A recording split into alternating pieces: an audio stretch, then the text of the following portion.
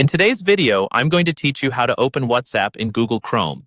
With the increasing need to stay connected, having quick access to your WhatsApp chats through your browser can make life so much easier. So, let's dive right in and make this process as seamless as possible. First, you want to ensure your computer is connected to the internet, and of course, you should have Google Chrome installed.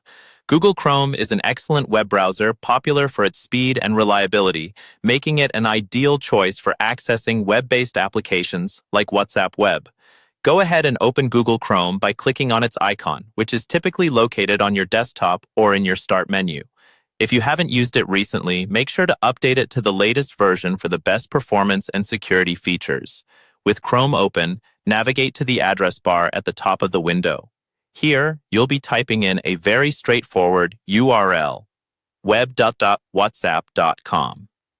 As you type this, Chrome might suggest the address if you've visited before. Just click on it if it does, or press Enter to proceed to the page. Web.whatsapp.com is the official website for WhatsApp Web, a platform that allows you to access your WhatsApp account through a web browser by linking it to your phone. Once the page loads, you'll see a QR code prominently displayed. Now, it's time to grab your smartphone. To scan this QR code, you'll need to open the WhatsApp app on your phone. Go to the Settings menu by clicking on the three dots in the top right corner and selecting Linked Devices. Tap this option and then pick Link a Device.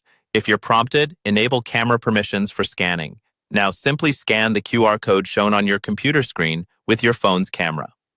Once your phone successfully reads the QR code, a connection is established between your phone and the web version of WhatsApp.